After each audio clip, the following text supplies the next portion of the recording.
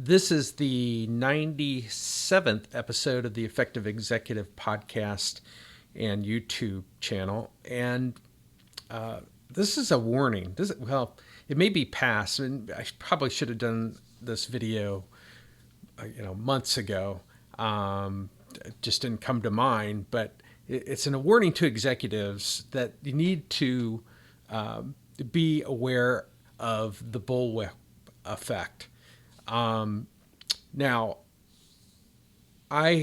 this episode is going to have a lot of visuals in it, so you may want to watch this on YouTube if you're listening on the podcast. But I think it's very important to understand some of the things that are going on, because the stuff I'm seeing on Twitter about very large companies making poor decisions. We'll put it that way. Poor decisions. And filling their inventory up, and because they either made mistakes before in purchasing or whatever. But regardless, here we are. Let me walk you through the bullwhip effect and what you can do to mitigate the problem. So what is the bullwhip effect? Well, take a look at this picture. We can see that their customer maybe has an increase in demand. The retailer then anticipates further demand from the customer, and so they order more. The wholesaler then says, oh, well, that's an increase. I better put in a bigger order. And then the manufacturer says, oh, I've got to, even make more of what it is. It could be T-shirts. It doesn't matter.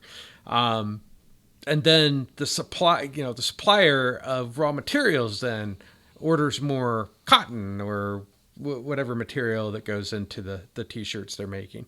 So you have this bullwhip effect where everybody's increased things throughout the chain.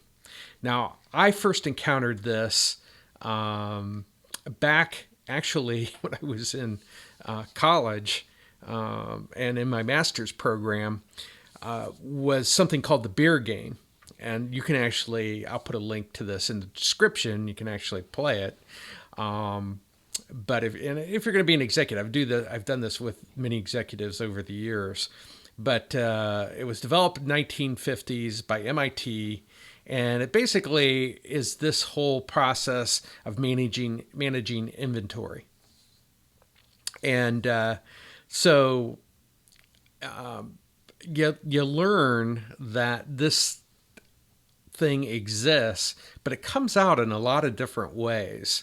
So my first encounter with it was when I was a purchasing manager for an industrial distributor, and there is a company called Mitutoyo that made measuring equipment, calipers, and all types of different measuring equipment. And they competed against Starrett, Ellis Starrett, and Brown & Sharp, and a number of other companies. But they came out with something that was very hot, and it was the SPC equipment, which ironically is what we're going to talk about in this episode. But the demand for this became so great for this type of electronic measuring equipment that they were hard to get. Mitutoyo wasn't making them fast enough. They had to come overseas, and the demand was increasing, and the shipping problems. And then I had a salesman, and you'll love this story. The salesman basically said, well, we're only shipping 10% of an order, so you need to tenfold your order if you want to get what you want. Now, this guy's obviously on commission, and I knew the damaging effects of having, ordering 10 times what what I needed. And this was even before I really understood control charts at a more in-depth level. But anyway, I didn't order more.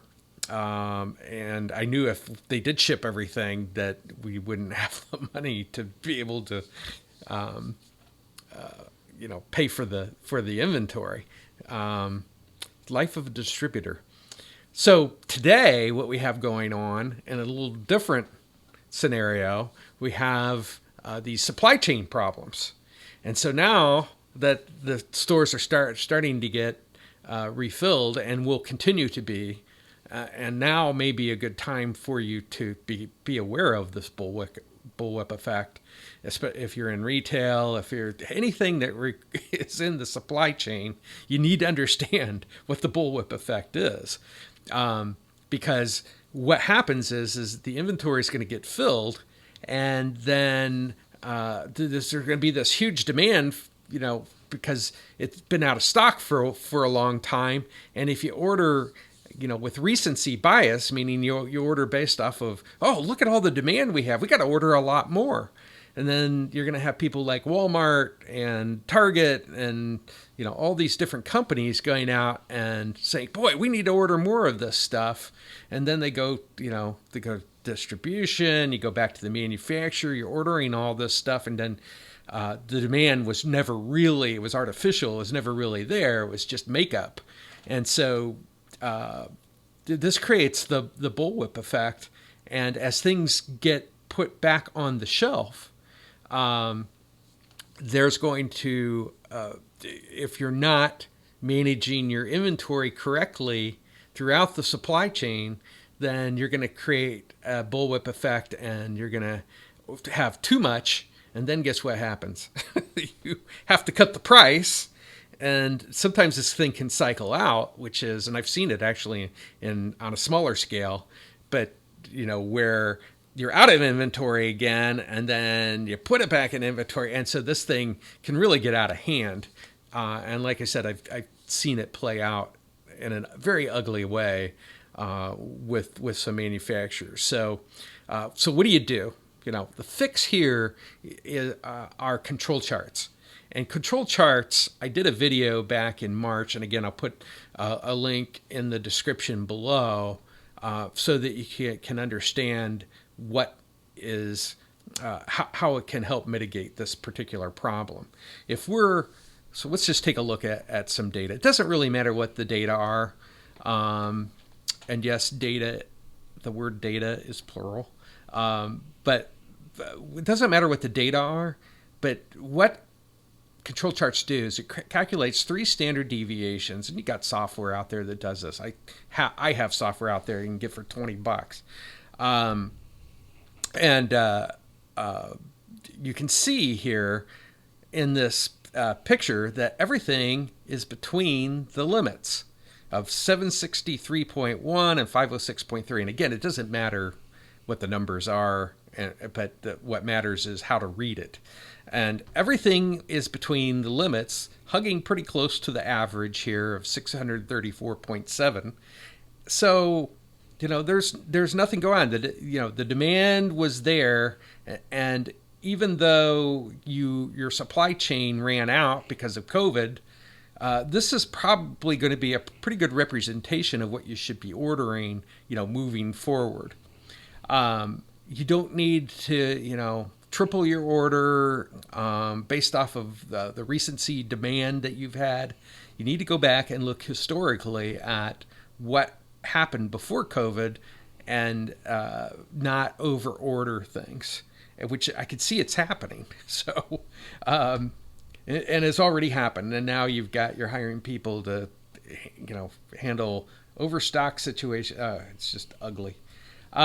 So let's go to this next picture. When might you start to consider, or what should you do if you get an increase in demand? So here we go. It's called common cause variation when it's between the limits, made popular. Well, it was invented by Walter Shewhart, made popular by W. Edwards Deming. And you can see there's one point here that's outside the limits. Well, that point outside the limits represents a special cause. Meaning maybe we ought to take a look and see what's causing this demand to go up. And this, what's happening today is COVID. Demand's up, but that's a special cause. We can really expect, things to kind of settle back into normal. We shouldn't be ordering as if we're going to continue to get 800 or whatever the number might be, 810, it looks like, is on this particular chart. So that's a special cause. You don't order off of that. You don't change things off of it. Uh, you go and investigate it. You try and find out, what the reason. COVID is the reason. So until demand, you know, gets back to, in essence, normal, which it will, you don't want to be the one left holding the bag of excess inventory that's out there. Now, in this last chart, there's all types of ways of special causes. Now, obviously, that's a strong special cause here with 810, and you may have been 0 on some items. So you continue to order, as if it was normal, as opposed to in the past. And it depends on the item too. So this is where you got to use your brain, as a former purchasing manager of many different products. I can tell you that there's nuances to each one of these, but you need to become familiar with. Now, the other thing I put in here is something I reference as the boiling frog, which is, you can see that sales are pretty much the same, and then all of a sudden we get what's called a run of 8, which could be above or below the average. And what that represents is that now we have a shift in demand, and therefore we need to calculate new limits. But I've also referenced it in the past as the boiling frog. Sometimes you don't feel these changes. Now, that's a different scenario than the one that we're facing today. What we got is a lot of special causes and people over ordering, or continuing to order at elevated rates. So use the control chart. Please use a control chart in your purchasing. Look at your supply chain. Help your, if you're a retailer, help your distributors. If you're a distributor, help your manufacturer. They hopefully, a lot of I wouldn't think I'd even have to say this, but what I'm seeing now is people or organizations continue to order at elevated levels as if that the demand's new, and that's a problem. So it also could be that they just kept automatically ordering. Oh, well, we have 634, and then we don't have any, and so it's continued to stack up, and that can also cause havoc with your system. So there has to be a lot of communication from the customer-facing retailer all the way back through the chain to the manufacturer about what's going on. And I can tell you it doesn't exist, but as to the level it needs to in most industries, but there needs to be. There has to be someone tying all of this stuff together. So anyway, that's what I wanted to cover. Again, if you have any questions about this, you can set up a 30-minute call with me, and we can walk through what's happening in your organization at the95method.com/let's talk.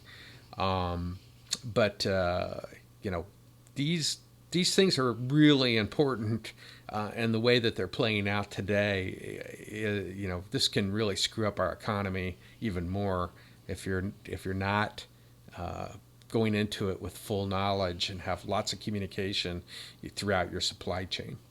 So that's what I wanted to cover this week. And remember, there is always a better way.